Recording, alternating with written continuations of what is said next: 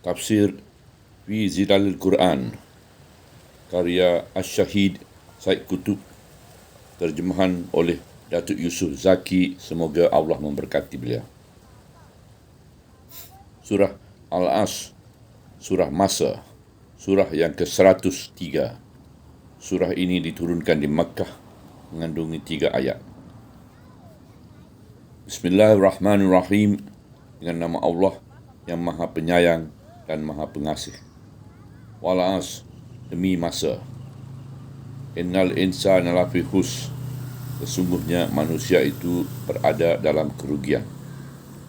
Illal ladzina amanu wa amilus solihati wa tawasaw bil haqqi wa tawasaw bis sabr. Kecuali orang yang beriman dan melakukan amalan yang soleh serta saling berpesan supaya menjunjung ajaran Allah yang benar dan saling berpesan supaya bersikap sabar. Dalam surah yang kecil ini yang mengandungi 3 ayat, ini tergambar satu peraturan hidup yang sempurna bagi manusia sebagaimana yang dikehendaki Islam. Sifat-sifat pokok kefahaman, keimanan serta hakikatnya yang agung dan syumul adalah tergambar begitu jelas dalam surah ini. Ia meletakkan seluruh perlembagaan Islam dalam beberapa ungkapan yang pendek dan mensifatkan hakikat fungsi umat Islam hanya dalam satu ayat sahaja, iaitu ayat yang ketiga dari surah ini. Inilah penungkapan yang mengagumkan yang hanya dapat dilakukan oleh Allah Azza wa Jalla sahaja. Hakikat agung yang dikemukakan oleh keseluruhan surah ini ialah biarpun selanjut mana waktu di seluruh zaman dan sepanjang mana kelangsungan hidup manusia di semua masa, namun di sana hanya ada satu cara dan satu jalan hidup sahaja yang membawa keuntungan dan keselamatan. Itulah cara dan jalan hidup yang telah dijelaskan sempadan-sempadan dan batu-batu tandanya dalam surah ini. Selain cara hidup ini adalah sia-sia dan rugi belaka.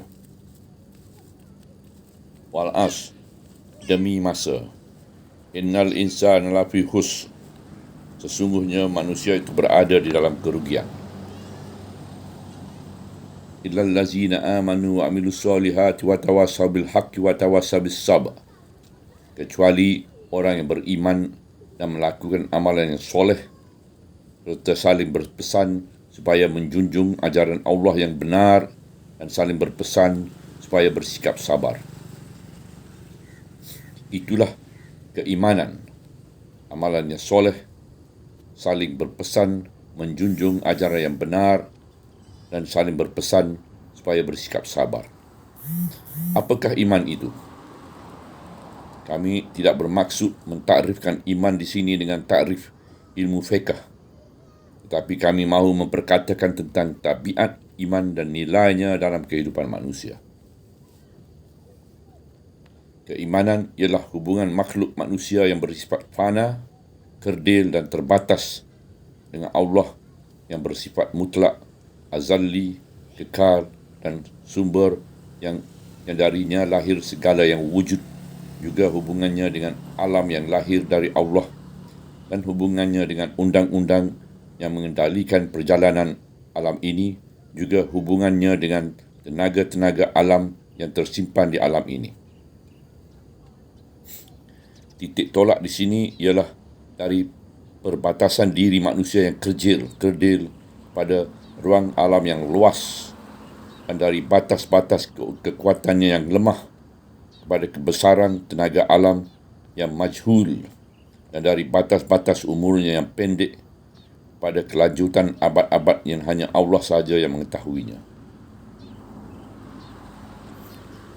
Hubungan seperti ini selain memberikan kekuatan, kelanjutan dan kebebasan kepada manusia, ia juga memberikan kenikmatan hidup kepada mereka dengan segala keindahan alam dan dengan aneka ragam makhluk di mana terjalin di antaranya dengan mereka rasa kasih sayang yang mendalam pada jiwa masing-masing. sehingga hidup ini dirasakan seolah-olah satu perkelahan melihat tamasya-tamasya ilahi yang dipamerkan kepada manusia di setiap tempat dan di setiap waktu. Ia merupakan satu kebahagiaan dan kegembiraan yang tinggi dan merupakan satu kemesraan terhadap hidup dan terhadap alam buana, sama seperti kemesraan kekasih terhadap kekasihnya. Ini adalah suatu keuntungan yang tidak dapat dibandingkan dengan keuntungan-keuntungan yang lain, dan kehilangannya merupakan suatu kerugian yang tidak dapat dibanding dengan kerugian-kerugian yang lain. Kemudian, asas-asas keimanan itu sendiri merupakan asas-asas kemanusiaan yang luhur. Menyembah Allah yang tunggal membebaskan manusia dari perhambaan kepada yang lain dari Allah dan menegakkan dalam jiwanya kesedaran berdiri sama tinggi, duduk sama rendah dengan sesama manusia. Kerana itu, ia tidak menghinakan dirinya kepada seseorang yang lain dan tidak tunduk melainkan kepada Allah yang Maha Kuasa. Dari sinilah lahirnya kebebasan hakiki bagi manusia, iaitu kebebasan yang terbit dari damir dan dari kefahaman terhadap hakikat yang berlaku di alam, iaitu tiada kekuasaan melainkan kekuasaan Allah yang tunggal, dan tiada Tuhan yang disembah melainkan Allah yang tunggal. Pembebasan diri ini adalah terbit dengan sendirinya, dan kefahaman ini dan dari kefahaman ini kerana ia merupakan satu-satunya kesimpulan yang logik.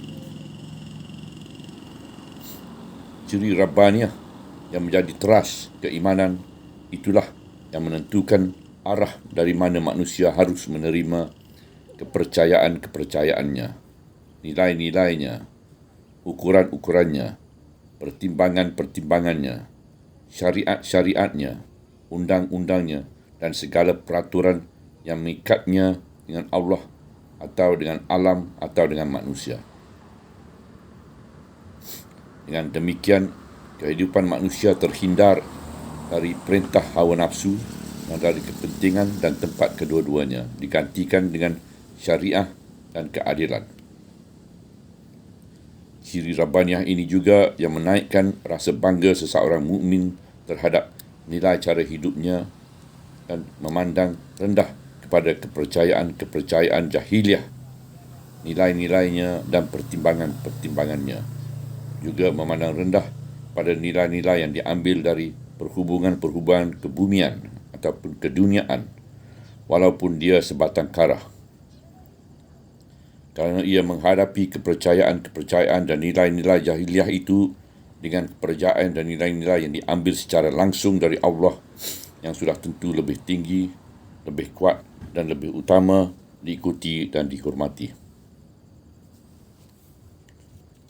Hubungan yang jelas di antara Khalik dan makhluk dan perbezaan yang nyata di antara taraf uluhiyah dan taraf ubudiyah dapat menghubungkan manusia yang fana dengan Allah yang kekal itu dengan hubungan yang lurus, tanpa kerumitan dan tanpa memerlukan wasitah. Hubungan yang jelas itu juga memberi nur di dalam hati, memberi ketenteraman kepada ruh, dan memberi kemesraan dan kepercayaan kepada jiwa, menghapuskan keraguan-keraguan, ketakutan, kecemasan, dan kegelisahan, di samping menghapuskan perasaan takbur dan sombong terhadap sesama makhluk dengan dewa-dewaan palsu.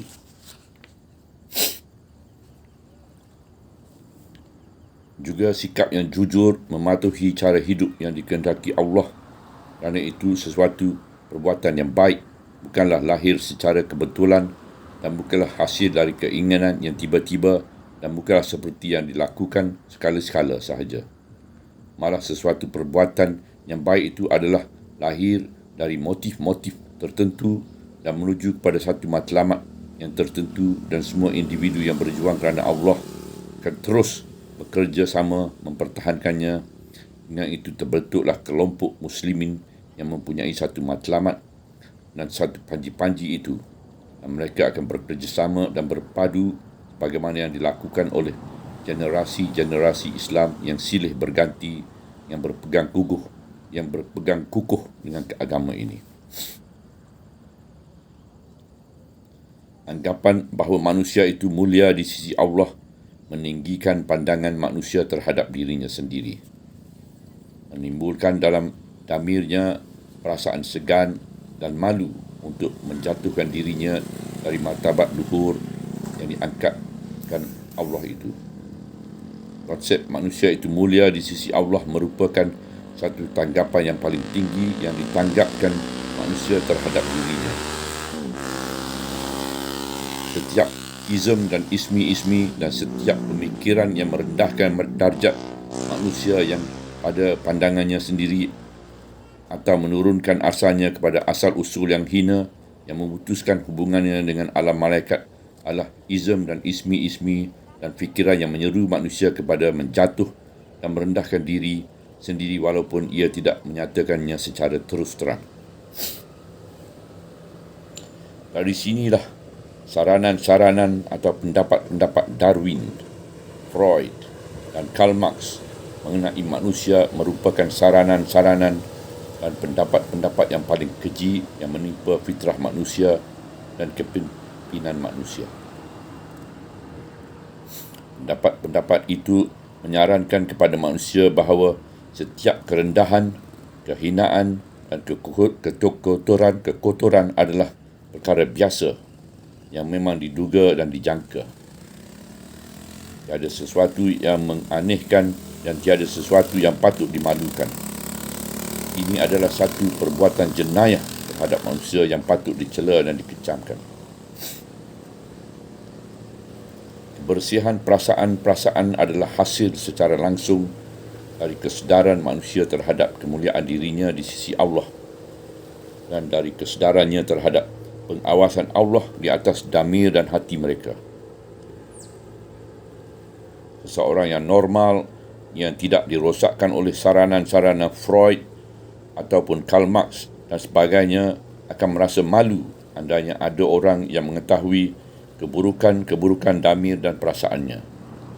Seseorang mukmin yang merasa dirinya sedang dilihat Allah akan menggetar kerana itu lebih wajar baginya membersihkan dirinya. Kesedaran terhadap akhlak merupakan hasil yang tabi'i dan pasti dari keimanan kepada Allah yang Maha Adil, Maha Penyayang, Maha Pengampun, Maha Pemurah, Maha Pengasih dan Sabar, iaitu Tuhan yang membencikan kejahatan dan cintakan kebaikan, dan Tuhan yang mengetahui jelingan mata yang tidak jujur dan rahsia yang tersimpan di dalam dada.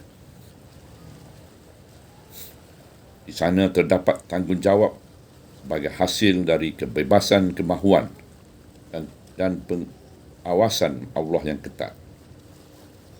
Tanggungjawab itu menimbulkan kesedaran, rasa sensitif, sikap yang bijaksana dan hati-hati. Ini bukan sahaja merupakan tanggungjawab perseorangan, malah ia juga merupakan tanggungjawab kemasyarakatan, tanggungjawab terhadap kebaikan itu sendiri, tanggungjawab terhadap manusia seluruhnya di hadapan Allah. Apabila seorang mukmin itu bertindak, ia akan merasa seluruh tanggungjawab itu. Ia akan menilai hasil setiap langkahnya sebelum ia menghayunkan kakinya. Ia sedar bahawa dia adalah makhluk yang mempunyai nilai di alam ini dan mempunyai tanggungjawab dalam sistem alam ini. Di antara saranan keimanan lagi ialah menjauhi sikap tamak haloba terhadap kenikmatan-kenikmatan hidup dunia yang fana dan memilih balasan-balasan yang tersedia di sisi Allah yang lebih baik dan kekal. Firman Allah Azza wa Jalla di dalam ayat 26 surah Al-Mutaffifin. Dan untuk mendapatkan nikmat yang sedemikian, maka hendaklah mereka berlumba-lumba membuat amalan yang soleh. Perlumbaan untuk merebut balasan-balasan Allah boleh meninggi dan membersihkan jiwa seseorang dan boleh mententeramkan kegelisahannya untuk mendapat hasil yang segera.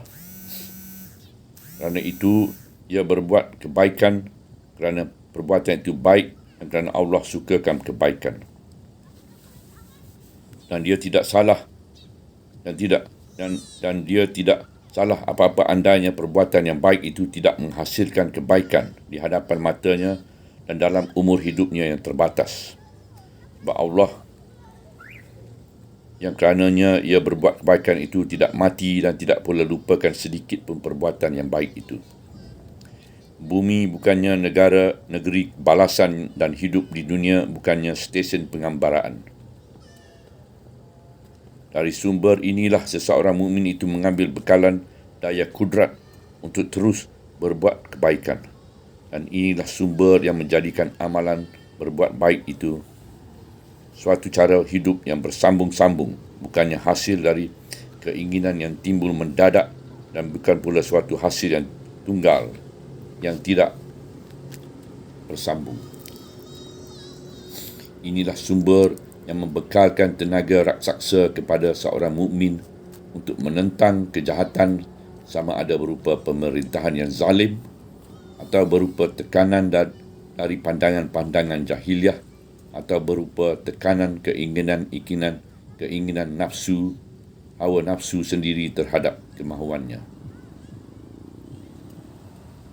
Tekanan ini adalah terbit dari perasaan dan kesedaran seorang bahawa umurnya begitu pendek untuk menghabiskan kenikmatan-kenikmatan hidupnya dan mencapaikan cita-citanya.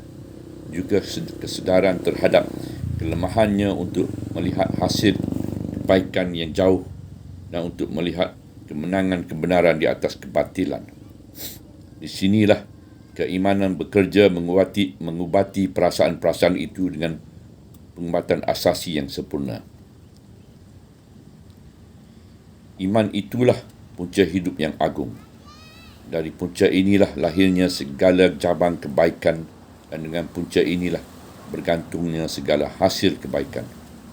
Tanpa iman, cabang kebaikan merupakan satu cabang yang terputus dari pokoknya dan akan terus layu dan kering, dan tanpa iman hasil kebaikan itu merupakan satu hasil dari syaitan yang tidak lanjut dan kekal. Iman itulah paksi yang menarik ke arahnya semua tali-tali hidup yang luhur. Tanpa iman, tali-tali itu akan terlepas, terhurai dan tersimpang siur bersama hawa nafsu. Iman itulah satu sistem yang mengumpul berbagai-bagai kegiatan dan amalan-amalan dan mengembalikannya kepada satu sistem di mana kegiatan-kegiatan itu menjadi selaras, saling bantu-membantu dan menuju ke satu jalan dan satu harakat yang mempunyai satu motif dan satu matlamat yang tertentu.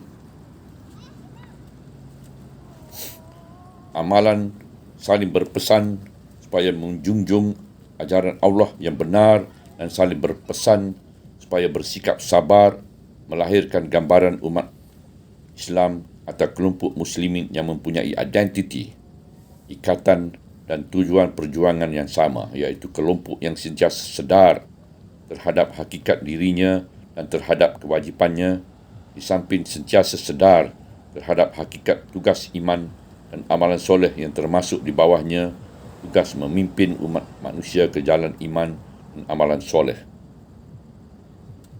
Kerana itu, untuk melaksanakan tugas atau amanah agung ini, mereka perlu saling berpesan dan menasihati terhadap satu sama lain. Dari kata-kata saling berpesan itu, nampaklah satu gambaran amal atau kelompok manusia, satu gambaran umat atau kelompok muslimin yang bersatu padu pada satu umat yang terpilih, yang sedar dan yang tegak di bumi di atas lunas-lunas kebenaran, keadilan dan kebaikan. Itulah gambaran umat Islam yang dikehendaki oleh Islam.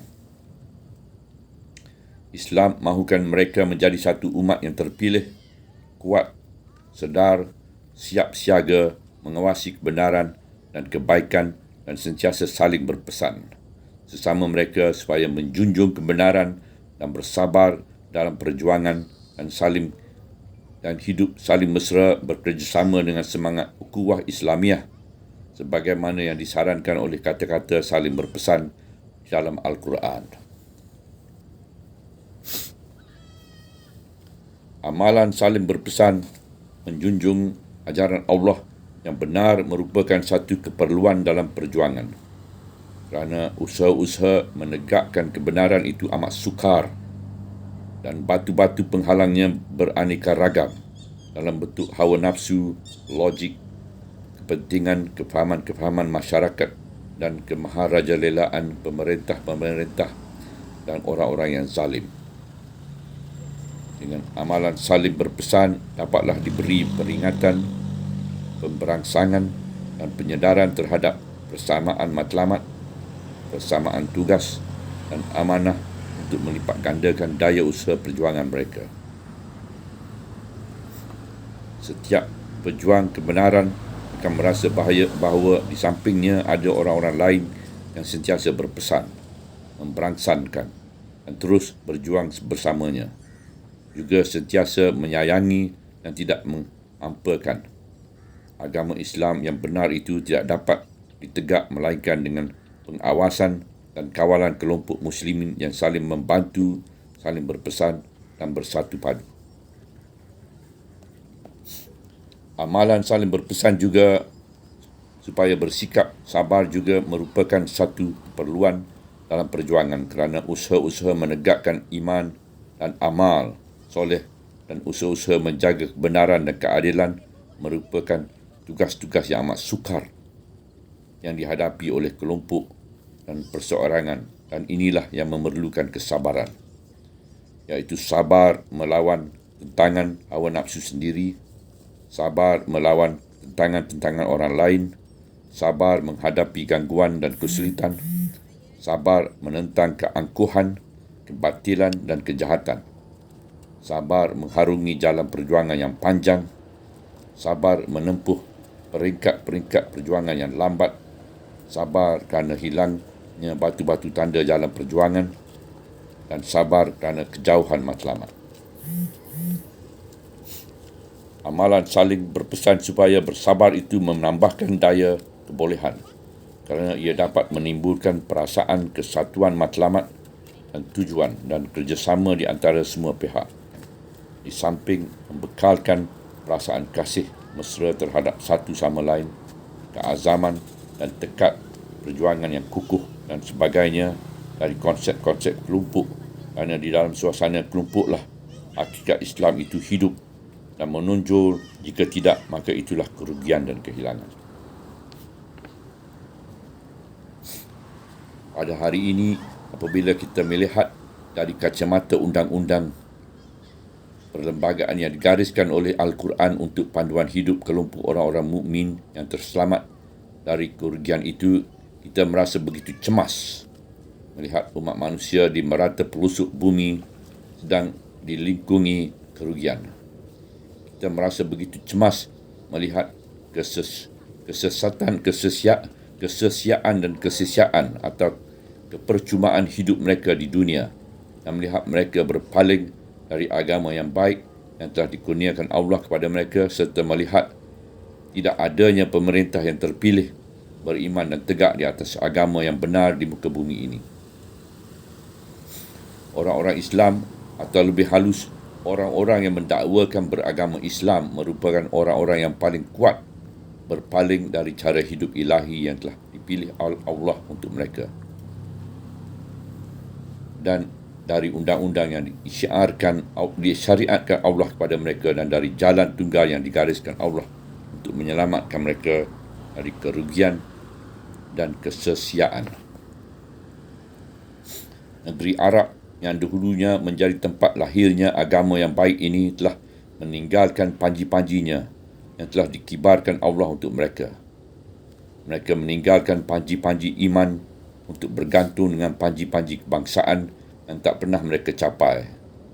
Kebaikan di bawah kibarannya di sepanjang sejarahnya, dan nama mereka tak pernah disebut di bawah kibarannya baik di bumi maupun di langit, sehingga datangnya agama Islam mengibarkan panji-panji Allah yang tunggal, yang tiada sekutu baginya, dan di bawah kibaran panji-panji inilah umat Arab mencapai kemenangan, menjadi kuat dan berjaya bagi pertama kalinya di dalam sejarah mereka dan sejarah umat manusia seluruhnya.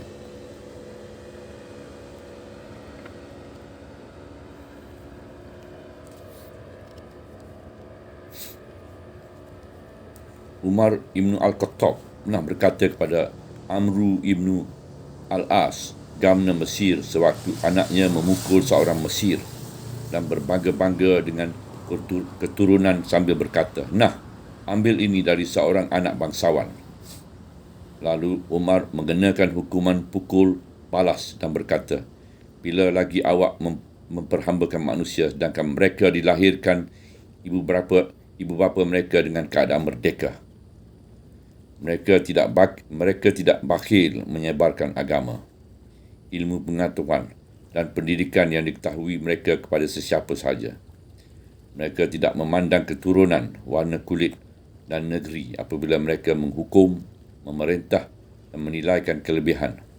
Malah mereka laksana awan yang memayung seluruh negeri dan semua manusia, atau laksana hujan yang mencurah di merata tempat yang dapat dimanfaatkan oleh semua negeri dan manusia mengikut penerimaan dan kesediaan masing-masing. Di bawah naungan dan pemerintahan mereka, semua bangsa walaupun yang pernah ditindas sebelumnya dapat menerima habuan masing-masing dalam bidang agama, ilmu pengetahuan, pendidikan dan kerajaan, dan turut bekerjasama dengan bangsa Arab dalam usaha membina sebuah dunia baru. Malah ramai dari tokoh-tokoh mereka mengatasi orang-orang keturunan Arab dalam setengah-setengah bidang ilmu pengetahuan. Di antara mereka terdapat imam-imam, pakar-pakar fiqh dan hadis yang merupakan mahkota-mahkota dan pemimpin-pemimpin umat Arab dan umat muslimin seluruhnya. Manusia itu tersusun dari jisim dan ruh. Ia mempunyai hati, akal, perasaan dan tubuh badan. Oleh itu, manusia tidak akan berbahagia, berjaya dan mencapai kemajuan yang seimbang melainkan seluruh bahagian dirinya subur dan berkembang dengan seimbang dan mendapat makanan yang terbaik. Tamadun yang baik tidak akan wujud kecuali manusia terdidik dalam alam sekitar yang menyuburkan agama, akhlak, akal dan tubuh badan dan memberi kemudahan kepada mereka untuk mencapai kesempurnaan insaniah. Hal ini menurut pengalaman tidak mungkin berlaku, melainkan apabila teraju pimpinan dan pentadbiran tamadun itu berada di tangan orang-orang yang beriman kepada roh dan benda, yang dapat menunjukkan contoh-contoh yang baik dalam kehidupan keagamaan dan keakhlak, serta mempunyai akal yang sejahtera dan bijaksana, dan mempunyai ilmu pengetahuan yang benar dan berguna. Pada akhirnya, beliau berkata ketika memperkatakan judul peranan pemerintahan Khalifah-Khalifah Ar-Rashidin selaku contoh-contoh tamadun yang soleh. Demikianlah apa yang telah berlaku. Kita tidak dapati mana-mana peranan dalam sejarah yang lebih sempurna, lebih indah dan lebih cemerlang dari peranan yang dimainkan dalam pemerintahan Khalifah-Khalifah Ar-Rashidin, di mana kekuatan roh, akhlak, agama, ilmu pengetahuan dan segala peralatan benda bekerjasama dengan sepadu dalam membentuk manusia yang sempurna dan melahirkan tamadun yang soleh. Kerajaan mereka merupakan kerajaan yang terbesar di dunia dan merupakan satu kuasa politik yang teragung di zamannya. Dalam pemerintahan mereka munculnya contoh-contoh akhlak yang tinggi dalam kehidupan rakyat, dan sistem pemerintahan juga dalam kegiatan perniagaan dan perusahaan. Kemajuan akhlak dan rohaniah adalah sejajar dengan keluasan wilayah yang ditakluk mereka dan dengan tamadun yang dibangunkan mereka. Perlakuan jenayah amat kurang jika dibandingkan dengan keluasan negara dan bilangan penduduknya. Hubungan di antara individu dengan individu dan hubungan di antara individu dengan masyarakat terus bertambah baik. Itulah peranan yang sempurna yang tidak diimpikan manusia lebih maju dari itu dan tidak pernah diandaikan oleh tukang-tukang anda lebih cemerlang dari itu. Itulah beberapa ciri zaman kebahagiaan yang dialami manusia di bawah naungan perlembagaan Islam yang ditegakkan asas-asasnya dalam surah Al-As dan di bawah panji-panji iman yang dibawa oleh Angkatan Iman dan Amalan Soleh yang saling berpesan menjunjung ajaran yang benar dan bersikap sabar. Alangkah jauh bandingannya dengan kesia-siaan yang dialami manusia kini di mana tempat dan dalam kerugian yang menimpa mereka dalam pertarungan kebaikan dan kejahatan. Dan alangkah jauh bezanya kegelapan dan kesesatan dengan kebajikan yang besar yang telah dibawa oleh umat Arab pada masa mereka membawa panji-panji Islam dan memegang pimpinan umat manusia. Kemudian apabila mereka meletakkan panji-panji itu, mereka terus berada di ekor angkatan-angkatan kemajuan manusia dan seluruh angkatan itu menuju kepada kesesiaan dan kerugian belaka. Kini seluruh panji-panji dikebarkan untuk syaitan, tiada satu pun untuk Allah. Seluruh panji-panji itu dikebarkan untuk kebatilan, tiada satu pun untuk kebenaran. Seluruh panji-panji itu dikebarkan untuk kegelapan dan kesesatan, tiada satu pun untuk hidayah dan cahaya. Dan seluruh panji-panji itu dikebarkan untuk kerugian, tiada satu pun untuk keuntungan. Namun demikian, panji-panji Allah tetap berkibar. Ia hanya menunggu tangan-tangan yang sanggup mengibarkannya dan menunggu umat manusia yang ingin berjalan di bawah pimpinannya menuju kebaikan, hidayah, kebaikan dan keuntungan. Di bawah kepimpinan yang menuju kebajikan, hidayah, kebaikan dan keuntungan. Itulah masalah untung rugi dunia ini. Dan jika dibandingkan dengan untung rugi di akhirat, maka untung rugi di dunia ini adalah amat kecil. Di akhirat sanalah untung rugi yang sebenar. Untung rugi di sana berlanjutan dalam zaman yang berterusan, dalam kehidupan yang kekal dan dalam alam hakikat yang sebenar. Di sanalah untung rugi yang sebenar, iaitu keuntungan mendapat syurga dan keredaan Allah atau kerugian tidak mendapat syurga dan keredaan Allah. Di sanalah manusia akan mencapai kemuncak kesempurnaan yang ditentukan oleh mereka atau akan terhumban jatuh ke darjah yang menghilangkan martabat kemanusiaan mereka dan akhirnya mereka menjadi senilai dengan batu. Malah batu lebih senang dari mereka dari segi kerehatan. Firman Allah dalam ayat 40 surah An-Naba. Pada hari itu, setiap orang akan melihat apa yang telah dilakukan oleh dua tangannya dan setiap orang kafir akan berkata, alangkah baiknya jika aku jadi tanah. Surah ini begitu tegas sekali menentukan jalan, iaitu seluruh manusia berada dalam kerugian melainkan orang-orang yang beriman, melakukan amalan yang soleh dan saling berpesan supaya menjunjung ajaran yang benar dan supaya bersikap sabar.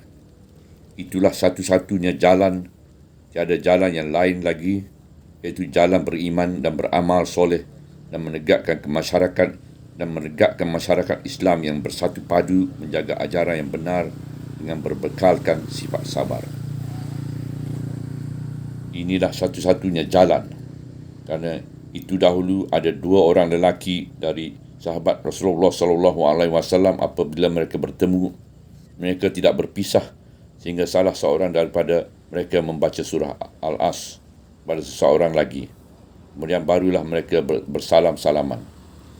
Mereka berdua seolah-olah berjanji setia untuk menjunjung perlembagaan ilahi ini, iaitu berjanji untuk tegak di atas iman dan amalan yang soleh, saling berpesan supaya menjunjung ajaran yang suci dan supaya bersikap sabar.